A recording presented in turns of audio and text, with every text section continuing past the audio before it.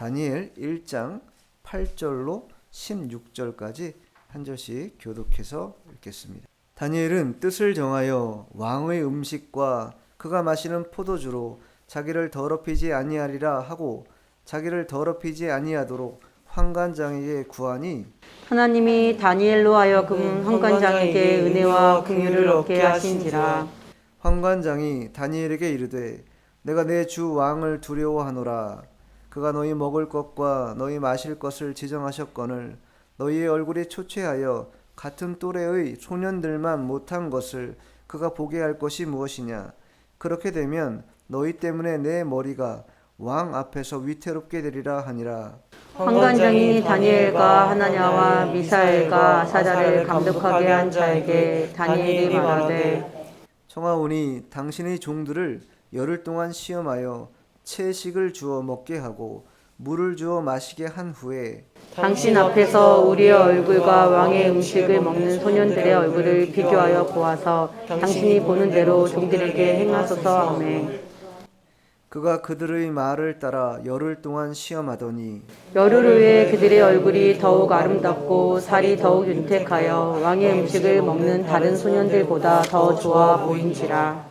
그리하여 감독하는 자가 그들에게 지정된 음식과 마실 포도주를 제하고 채식을 주니라. 아멘. 오늘 말씀의 제목은 생명보다 성결, 생명보다 성결이라는 제목으로 하나님의 말씀을 증거하도록 하겠습니다. 다니엘서는 남유다가 대제국인 바벨론에 의해서 주전 586년에 멸망하게 됩니다. 그 멸망 직후에 이 바벨론의 느부갓네살 왕은 이 이스라엘에 있던 그 총명한 자들, 또 뛰어난 그러한 자들을 포로로 잡아갑니다.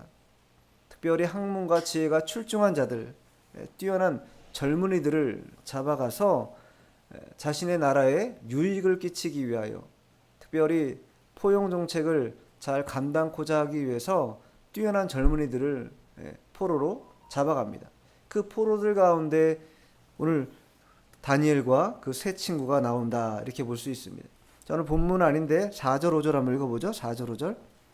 곧 흠이 없고 용모가 아름다우며 모든 지혜를 통찰하며 지식에 통달하며 학문에 익숙하여 왕궁에 설 만한 소년을 데려오게 하였고 그들에게 갈대아 사람의 학문과 언어를 가르치게 하였고 또 왕이 지정하여 그들에게 왕의 음식과 그가 마시는 포도주에서 날마다 쓸 것을 주어 3년을 기르게 하였으니 그 후에 그들은 왕 앞에 서게 될 것이더라. 이 느부갓네살 왕이 이 이방 나라들의 포로를 통해서 자신의 중용 정책을 펼치기 위해서, 거기서 나오지만 용모가 아름답고 지혜를 통찰하고 지식에 통달하고 학문에 익숙한 아주 뛰어난, 아주 그렇게 출중한 자들만 뽑아갔다라는 거예요.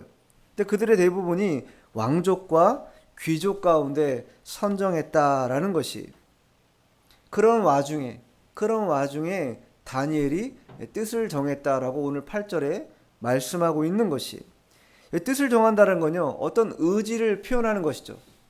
어떤 의지가 이제 곧 행동으로 표출되게 될 것이다. 그 표출되기 직전에 우리는 항상 마음에서부터 항상 의지를 결연하게 결단하게 된다라는 거예요. 그렇지 않고 하는 행동은 우리가 흔히 즉흥적인 행동이다. 즉흥적인 행동을 할 때도 있지만, 그러나 어떤 중요한 대소사를 치르기 전에는 항상 이 마음의 의지가 먼저 결정된 다음에, 그리고 그것이 행동으로 표현되게 된다라는 거예요. 그래서 마음이라는 것은 의지가 출발하는 좌소다, 이렇게 말합니다. 우리의 의지가 출발하는 첫 스타트점이라는 것이. 그래서 잠언 4장 23절에 보면 무릇 지킬 만한 것보다 더욱더 내 마음을 지키라. 생명의 근원이 이에서 남이니라, 이렇게 말씀하고 있는 거예요. 세상에 지킬 것들이 많다라는 거예요. 그 많은 것들 가운데서 가장 크게 지켜야 될 것이 바로 뭐냐? 마음이라는 거예요. 왜? 이 마음에서부터의 출발, 의지의 출발, 사고의 출발, 이 모든 것들이 마음에서부터 먼저 출발하기 때문입니다. 그런 와중에 이 다니엘에겐요, 지금 다니엘은 포로로 잡혀온 것입니다. 그러니 다니엘과 세 친구에게는 또 다른 선택지가 없다라는 거예요. 포로로서의 어떤 그런 역할. 오늘 분명히 5절에도 말하잖아요. 왕이 뭐라고 그래요? 왕이 음식도 정하고 포도주도 정하고 또 쓸 것도 정해서 3년을 길리워서 키워서 자신의 뭐랄까 이제 일들을 처리하는 그런 공무원으로 삼으려고 일부러 특정화해서 정한 것이, 특정했다라는 것은 자신의 자율적인 의지가 거기에 하나도 들어갈 수 없다라는 거예요. 그러니 자율이 없다라는 것은 선택지도 없다라는 거예요. 하라면 하라는 것이. 포로가 자기 의지대로 뭔가 할 수 있는 그런 여지가 없는 것처럼 다니엘도 그러했고 세 친구도 그러했습니다. 하라면 하는 거예요, 그냥. 하지 않을 경우는 어떻게 되겠습니까? 죽음인 것이죠. 오늘 환관장도 그렇게 말하잖아요. 자기가 왕의 명령을 따르지 않으면 내 목이 달아날까 두렵다, 이렇게 말하고 있는 것처럼 환관장도 하물며 왕의 명령을 두려워하는데 포로인 다니엘과 세 친구라면 더더욱이 선택지는 없다. 시키면 해야 된다라는 거예요. 그런데 그러한 중차대한 상황 속에서 이 다니엘과 세 친구에게는 순종하기 어려운 일들이 벌어지기 시작한 것이, 왕이 지정한 음식을 먹는 것이요, 왕이 지정한 음료를 마시는 것이다. 이것은 다니엘과 그 세 친구 입장에서는 어려운 일이라는 거예요. 유혹이 될 수도 있고 시련이 될 수도 있고 시험이 될 수도 있는 그런 상황이었습니다. 우리 성경에는 이 시험이라고 하는 그런 단어가 나옵니다. 근데 시험이라는 단어 하나만 나와요. 그런데 영어 성경이나 다른 성경들 보면 이 시험이란 용례를 세 가지로 확실히 구분합니다.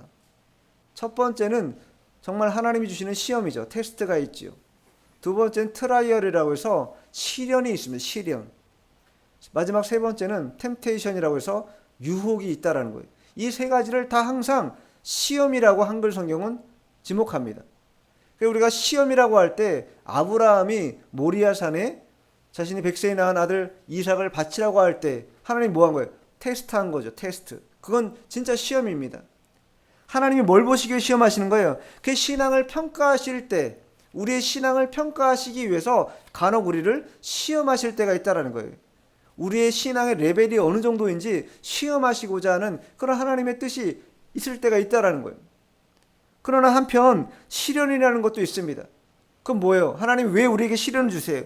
우리의 신앙이 증진되기를 원할 때, 신앙이 머무르지 않고 더 한 걸음 도약할 수 있는 그런 기회를 마련하기 위해서 하나님 우리에게 시련이라는 걸 허락하신다라는 거예요. 모세가 그러했죠. 40년 동안은 왕궁에서 자기 의지로 살았습니다.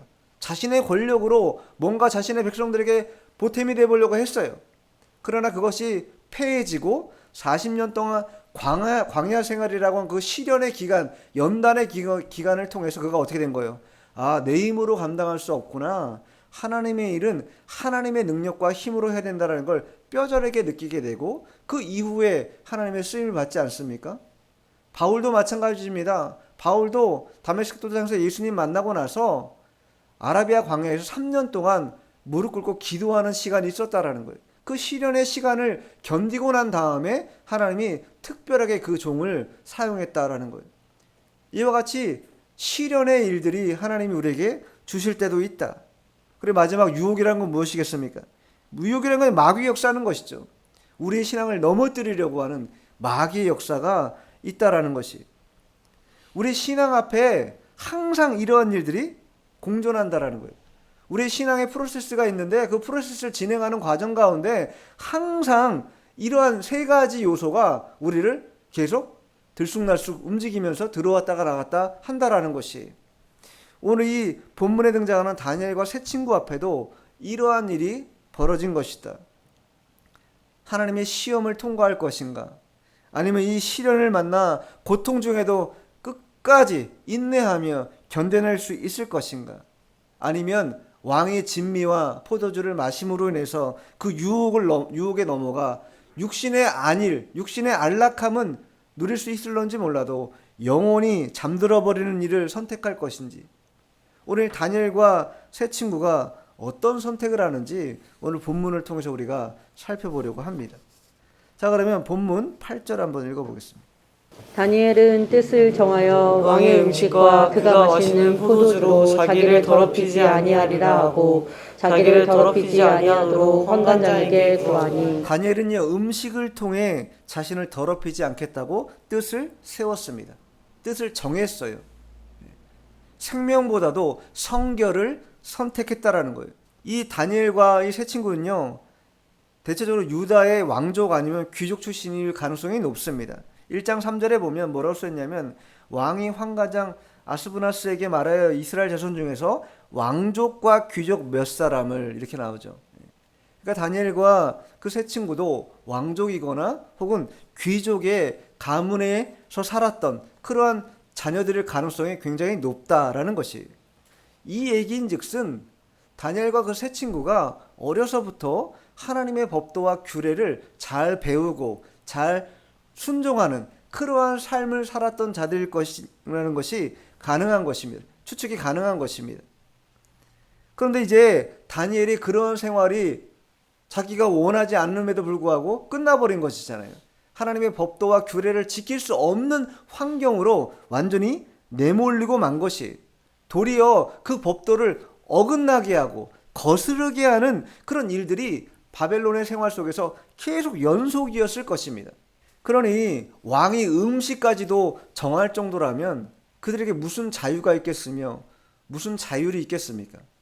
아무것도 할 수 있는 게 없고 그냥 포로로서 삶을 살아내는 것, 그거밖에는, 주는 대로 받아들이는 것밖에는 아무것도 할 수 없는 그런 상황이라고 말해도 과언이 아닐 것입니다. 근데 특별히 무엇보다도 이 먹는 문제에 있어서 왕의 진미라는 건요, 당시 우상의 제물을 먹는 것과 똑같은 것이었다. 왜냐하면 왕의 진미라는 건요, 우상의 제물에게 바쳐졌거나 아니면 핏부림을 당한 그러한 제물일 가능성이 높았습니다. 대체적으로 그러했어요. 그래서 그것을 먹는다라는 것은 우상의 제물을 먹는다는 것이기 때문에, 우상에게 참여하는 것이 되기 때문에 더더욱이 다니엘과 그 세 친구 입장에서는 할 수 없는, 참으로 다른 것은 다 어떻게 넘어가더라도 이것만큼은 할 수 없다라는 그러한 마음의 정함이 있었다라는 거예요. 그런데 다니엘 입장에서 어떤 게 있습니까? 결정권이라는 게 아무것도 없어요. 먹는 걸 주는 대로 먹을 수밖에 없다라는 거예요. 제가 예전에 그 선지국을 좋아하지 않습니다. 좋아하진 않는데 그 선지에 들어가는 우거지 같은 걸 같이 이렇게 들어가는 걸 굉장히 좋아했어요. 제가 항상 자주 먹었어요. 예전에는 그 선지를 빼고 우거지만 넣어서, 많이 넣어서 달라고 해서 밥 말아서 먹으면 맛있잖아요, 이제. 그래서 즐겨 먹었습니다, 항상. 그런데 제가 이제 우리 교단에서 이제 신앙생활을 하기 시작하면서 이 여러 가지 이제 먹는 것도, 물론 이제 그게 율법적이다 이렇게 말할 수도 있습니다. 그러나 제 개인적인 신앙에 이제 바탕한 것이에요. 그것이 하나님 뜻에 맞지 않는다, 내 스스로 그것이 판단되었어요. 그래서 이제 안 먹으려고 이제 애를 썼습니다, 한동안. 근데 이제 먹고 싶잖아요, 이제. 그래갖고 한 번은 정말로 다 잘 빼고 우거지만 많이 넣어가지고 달라 그랬어요. 그래가지고 이제 그걸 먹으려고 이제 딱 나왔는데, 제가 숟가락을 들고 국물을 마시려고 하는데요, 제가 코피가 잘 나는 사람이 아닙니다. 제가 일생 코피 흘린 게 10쌍꼬락 안에 들 정도로 코피를 잘 안 흘리는 사람이에요. 근데 음식을 먹으려고 입에 대려고 딱 하는데 코피가 그냥 퍽 터져버리는 거예요. 내가 뭐 특별히 뭐 한 게 없어요. 뭐 코를 후빈 것도 아니고 아무것도 한 게 없어요. 그냥 밥 먹으려고 했는데 갑자기 코피가 난 거예요. 그래서 그때 깊이 다시 한번 더 크게 깨닫고, 아, 이거 하나님 먹지 말라는 거구나. 나에게, 여러분은 뭐 괜찮을지 모르지만 저에게는 이 하나님이 먹지 말라고 하는구나, 이렇게 확실한 그런 깨달음이 확 왔어요. 그 뒤로는 절대 일절 이제 먹지 않게 됐는데, 어쨌든 그게 뭐 여담입니다. 다니엘은 그와 같은 상황은 아니었죠. 오히려 나보다도 훨씬 더, 생명보다도 더 중요하게 지켜야 될 그런 하나님의 법도와 규례라고 하는 그러한 하나님을 향한 마음이 강렬했기 때문에, 비록 포로였지만 그럼에도 불구하고 그것을 먹는다라는 게 어려웠다라는 거예요. 그래서 어떻게 대응하는가, 환관장에게 부탁하는 것이, 자, 9절 10절 한번 읽어보겠습니다. 하나님이 다니엘로 하여금 환관장에게 은혜와 긍휼을 얻게 하신지라. 환관장이 다니엘에게 이르되 내가 내 주 왕을 두려워하노라. 그가 너희 먹을 것과 너희 마실 것을 지정하셨거늘 너희 얼굴이 수치하여 같은 또래 소년들만 못한 것을 그가 보게 할 것이 무엇이냐. 그렇게 하면 너희 때문에 내 머리가 왕 앞에서 위태롭게 되리라 하니라. 예, 성도가요 하나님의 영광과 진리를 지켜나가려면요 큰 뜻을 마음에 품고 있어야 돼요. 그리고 그것을 결연하게 결단해야 됩니다. 마음에 정하고 그것을 실행해야 돼요. 그럴 때 어떤 일이 벌어져요? 은혜와 긍휼이 하나님으로부터 온다라는 거예요. 우리 신앙의 프로세스라는 건 항상 그렇습니다. 항상 뜻을 정하고 마음에 결단하고 뜻을 정해서 그대로 행할 때 그때 비로소 하나님의 은혜와 긍휼이 임하게 된다라는 거예요. 우리가 하나님께 맡긴다라는 건 굉장히 어려운 문제입니다. 어떤 편에서 보면요 너무 쉬울 수 있어요. 하나님께 맡겼어. 맡긴다는 게 그럼 아무것도 안 하는 것입니까? 그런 게 아니라는 거예요. 그럼 맡겼다고 말하면서도 내 열심으로 뭔가 하는 게 그러면 맡긴 것입니까? 그것도 아니죠. 양자가 다 아닌 것입니다. 맡긴다라는 것은 나에게 해야 될, 하나님이 나에게 분부하고 부탁한 그 일들을 감당하지만 그러나 그 결과의 여부를 어떻게 한다는 거예요. 그것이 내가 원하는 방향이든 혹은 원하지 않는 방향이든 하나님의 결정권대로 그대로 되어진 것을 어떻게 하겠다는 거예요. 내가 받아들이겠다라는 거예요. 그게 맡긴다라는 뜻입니다. 내 뜻대로 안 되면 그건 아닌데요 이렇게 거절하는 것이 맡긴다라는 그런 말 속에 포함되지 않는다라는 거예요. 오늘 이 다니엘과 세 친구도 사실은 참으로 어려운 상황이었어요.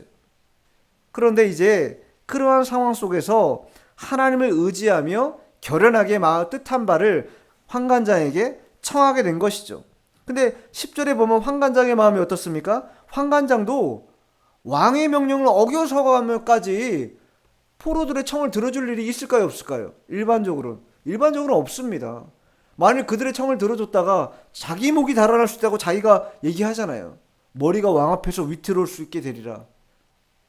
그러면 어떻게 됩니까? 이런 상황이라면 여지없이 들어줄 수 없다라는 거예요. 그 청탁을 받아들일 수 없다. 이렇게 말해야 된다라는 거예요. 그런데 어떻습니까? 9절에 보면 하나님이 다니엘로 환관장에게 은혜와 긍휼을 얻게 하셨다. 일반적인 그런 원리로 볼 때 불가능하고 되지 않을 그런 상황인데 이 상황을 어떻게 역전시킨 거예요? 하나님께서 은혜와 긍휼로 역전시켜 주셨다라는 거예요. 뭘 했기 때문에? 다니엘이 뜻을 정했기 때문에.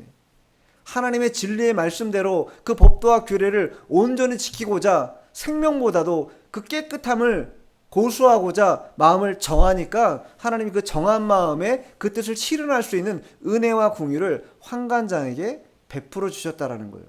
일반적인 원리가 아니라는 것이 다니엘의 청을 들어주도록 하나님이 환관장의 마음을 어떻게 한 거예요?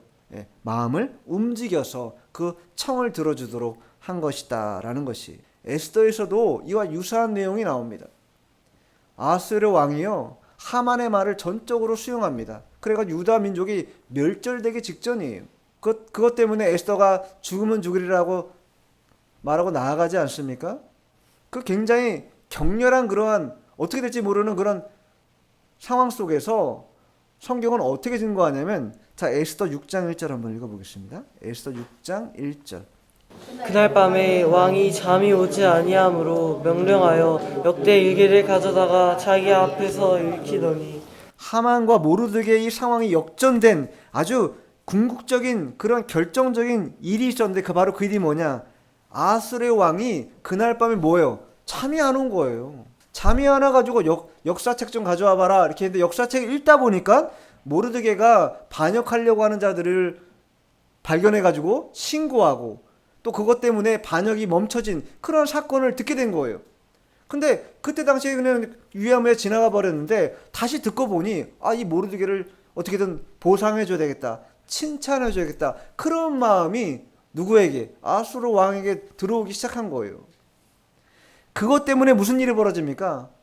하만이 모르드게를 달려고 달았던 50m나 되는 그런 장대에 자기 자신이 달려서 죽게 됩니다. 완전히 역전되고 그것 때문에 유다 민족이 온전히 구원받는 그런 하나님의 은혜의 역사가 나타났다라는 거예요. 이것도 마찬가지죠. 다니엘이 그랬던 것처럼 자기 자신을 더럽히지 않으려고 하나님의 말씀을 따라갔던 것처럼 하나님의 백성을 구원하고자 하는 에스더와 또 모르드게의 이 결연한 신앙의 의지를 보시고 하나님이 그날 밤에 아수르의 왕의 마음을 완전히 역전시켜 버렸다라는 거예요. 환관장의 마음도 돌이켰다라는 거예요. 믿지 않는 자들의 마음도 하나님 이와 같이 움직이신다라는 거예요. 누구를 위해서? 하나님의 백성들을 위해서, 하나님의 자녀들을 위해서 움직여서 하나님께 영광이 되고 또 진리를 파수하는 길로 우리를 이끌어가게 하신다라는 거예요. 그러니 우리가 결연하게 결단하고 움직여야 될 것은 바로 이와 같은 하나님의 진리와 영광을 향해 나아가는 일에 온 힘을 기울이고 그것의 마음을 특정하고 정해야 한다라는 거예요. 그러면 하나님의 은혜와 긍휼이 하나님으로부터 무사람들에게 전파되게 되어서 우리를 하나님의 방향으로 인도하게 하신다라는 거예요. 그래서 생명보다 성결이 중요하다. 성결이라는 건요, 두 가지 의미입니다. 영으로 살아가겠다라는 것이고 또 말씀으로 살아가겠다라는 거예요. 이 두 가지가 우리 가운데 있을 때 어떤 마음이 벌어집니까? 마음에 평강이 있지요, 담대함이 있지요, 실행할 수 있는 실천력이 나타납니다. 오늘 환관장은 어땠습니까? 왕을 두려워했어요. 느부갓네살 왕을 두려워했습니다. 그러나 다니엘과 그 세 친구는 어떻게 했습니까? 왕을 두려워하지 않았어요. 오히려 하나님을 두려워했다는 거예요. 육신의 생명을 멸하거나 육신의 안일함을 빼앗아갈 수 있는 그런 사람을 두려워한 것이 아니라 육신과 영혼을 함께 멸하실 수 있는, 마태복음 10장 28절에 나오는 것처럼 함께 멸하여 지옥에 보내실 수 있는 그 하나님을 두려워하는 마음이 다니엘에게 있었다라는 거예요. 세 친구에게 있었다라는 거예요. 우리들도 그와 같은 마음이 한다라는 거예요. 왜냐하면 인간은요, 영적 존재이기 때문입니다. 인간이 만일 전인격이 아니라 육신으로만 지음받은, 마치 개나 고양이나 이러한 반려동물 같이 육신으로만 지어진 존재라면 그렇게 살 필요가 없겠죠. 육신적으로만 살다가 맞춰도 무방할 것입니다. 그러나 인간은 육신으로만 되어 있지 않다. 전인격, 즉 영혼이 있다라는 것이, 그렇기 때문에 오히려 더더욱이 육신의 일을 멀리하는 게 우리에게 유익하다, 이렇게 말할 수 있다라는 거예요. 그리고 영적인 일을 가까이 할 때에 하나님의 충만함이 임하고 평강이 임하게 된다. 그래서 생명보다 성결을 쫓으려면 항시 어떻게 되는가? 육신적으로 살려고 하면 안 된다라는 거예요.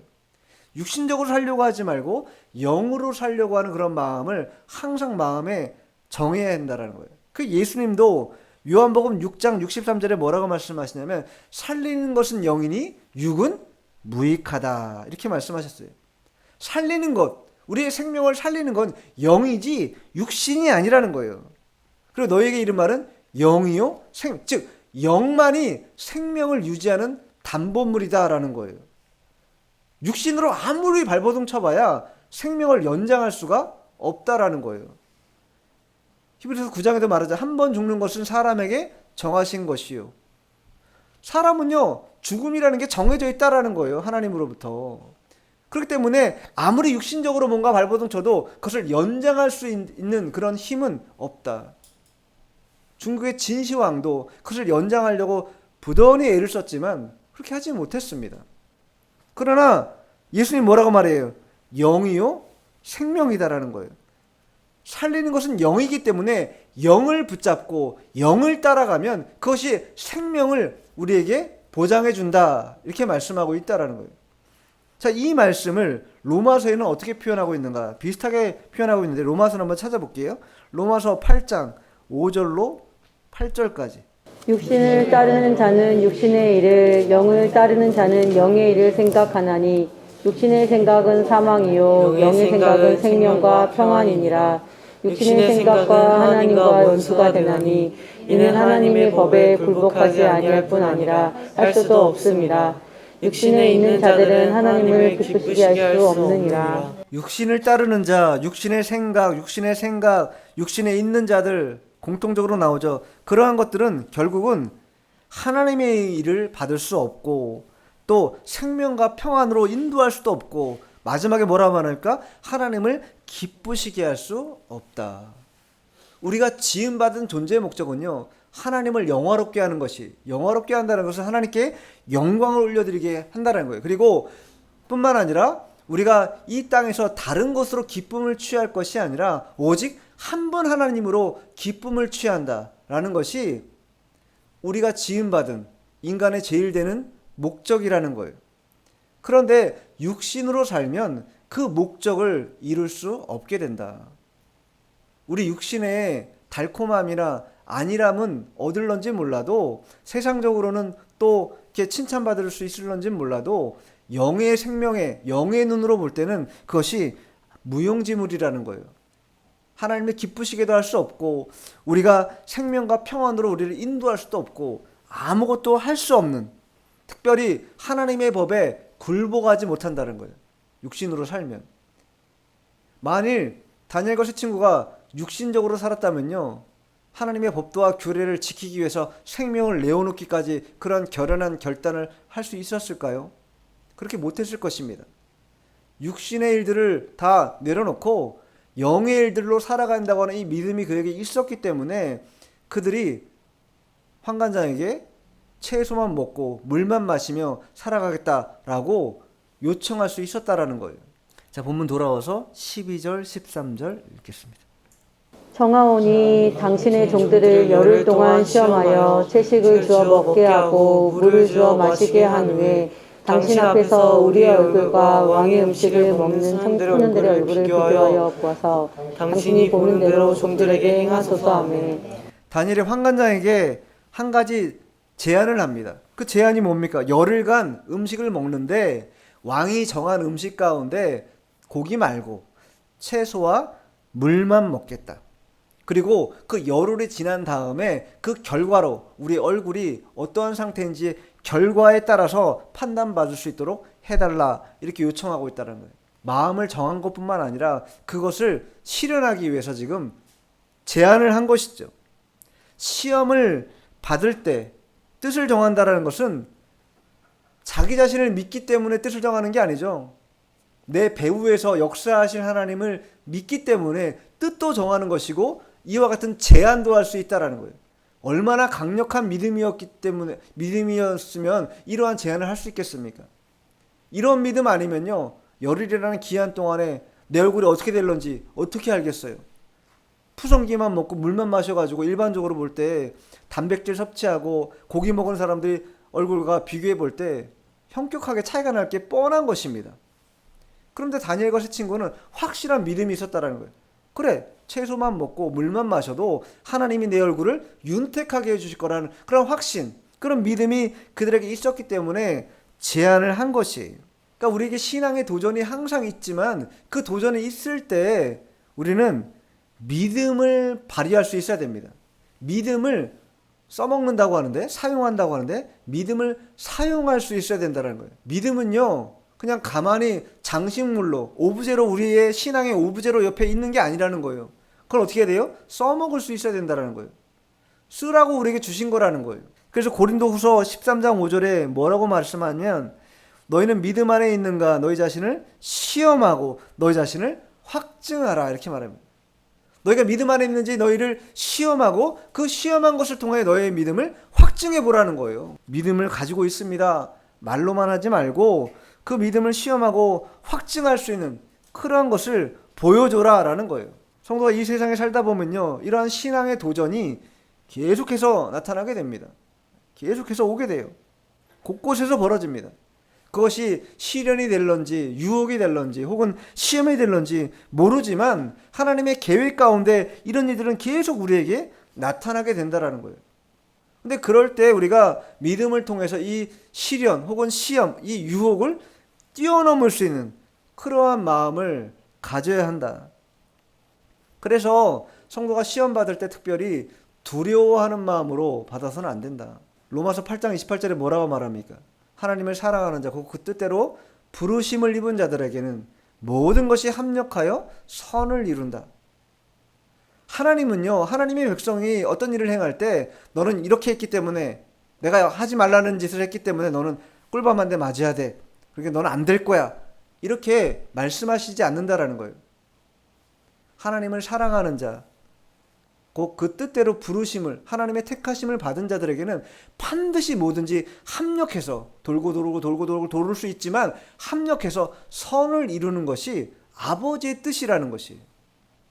그렇기 때문에 성도들은 아버지의 뜻이 선을 이루는 것이기에 우리는 잘 쫄래 따라만 가면 된다라는 거예요. 그게 뭡니까? 그게 믿음을 쓰는 것입니다. 왜요? 그게 무슨 믿음 쓰는 것이겠어요? 그 과정 가운데 얼마나 많은 요동이 있겠어요? 번민이 있겠어요? 갈등이 있겠어요? 될까? 과연? 이러한 번민이 계속 나를 흔들 거라는 거예요. 그런 와중에도 합력해서 선을 이루실 거라고 하는 이 믿음을 우리가 가지고 한 걸음씩 내딛는 것. 이것이 믿음이라는 거예요. 그것이 영의 삶이요. 하나님 진리의 말씀을 따라가는 삶이라는 것이. 오늘 다니엘이 그와 같았습니다. 자, 마지막 15절, 16절 읽어보겠습니다. 열흘 후에 그들의 얼굴이 더욱 아름답고 살이 더욱 윤택하여 왕의 음식을 먹는 다른 소년들보다 더 좋아 보인지라. 그리하여 감독하는 자가 그들에게 지정된 음식과 마실 포도주를 제하고 채식을 주니라. 열흘의 테스트 결과 그들이 훨씬 더 윤택하고 초췌할 줄 알았는데 초췌하지 않고 윤택했다라는 거예요. 그것 때문에 16절에 뭐라고 말합니까? 지정된 음식과 마실 포도주를 제했다. 즉 하나님의 뜻에 부합하지 않는 일들을 끊어내게 되었다. 이렇게 성경이 마지막에 말씀해주고 있다라는 거예요. 하나님은요, 하나님의 백성이 이와 같이 하나님의 신앙함을 위하여 뜻을 정하고 한 걸음씩 나아가면요, 그 나아가는 걸음걸음마다 하나님이 은혜와 긍휼로 반드시 갚아주십니다. 자, 어떠한 보상을 받았는가? 자, 17절 한번 읽어보죠. 하나님이 이 네 소년에게 학문을 주시고 모든 서적을 깨닫게 하시고 지혜를 주셨으니 다니엘은 또 모든 환상과 꿈을 깨달아 알더라. 그런 왕이 지정한 음식과 음료를 마시지 않는 것뿐만 아니라 그 땅에서 그들이 갖춰야 될 학문과 재주와 명철, 특별히 다니엘에게는 하나님의 계시를 깨닫는 몽조까지도 다 깨달을 수 있는 그런 은혜를 덧입게 됐다라는 거예요. 다니엘과 세 친구는요, 자신을 더럽히지 않겠다는 그러한 곳에 마음을 정했습니다. 즉 생명보다 성결을 선택했어요. 또한 그것으로 인해 발생하는 모든 시험의 문제, 어려움, 환난의 문제가 있다는 걸 알면서도 선택하고 결연히 환관장에게 요청했습니다. 그리고 그 믿음의 그 요청은 그대로 받아들이게 되고 하나님의 은혜와 긍휼로 말미암아 그들이 열흘간의 테스트 기간 동안에 하나님이 그들의 얼굴을 더 윤택하고 빛나고 아름답게 만들어줌으로 인해서 아름다운 결말을 얻게 되었다라는 것입니다. 마태복음 6장 33절에도 말하고 있는 것처럼 너희는 먼저 그의 나라와 그의 의를 구하라. 먼저 구할 것을, 먼저 행할 것을, 먼저 해야 될 일들을 하면 나머지 모든 것을 더해 주신다라는 것이 하나님의 계획입니다. 또 하나님의 약속입니다. 우리가 신앙의 과정을 밟아갈 때 시련이 있고 시험이 있고 유혹이 없을 수 없습니다. 그러할 때 그것에 걸려 넘어져서 무너지는 인생이 아니라 성경에 나오는 많은 그런 믿음의 선진들이 그러했던 것처럼 우리도 시련 앞에서 하나님 우리의 신앙을 증진시키기 위하여 나에게 시련과 연단을 주시는구나 라는 믿음으로 한 걸음씩 나아갈 것. 또 마귀 유혹이 올 때는 결연하게 예수님이 그러했던 것처럼 말씀으로 쳐서 물리칠 수 있는 그런 결연한 믿음을 갖고, 또 하나님의 시험이 있을 때는 하나님 내 신앙을 평가하시기 위한 시험이구나라는 것을 여기고 그것을 받아들임으로 인해서 하나님께서 영광 받으시는 그런 복된 성도의 길을 걸어가야 되겠습니다. 기도하겠습니다.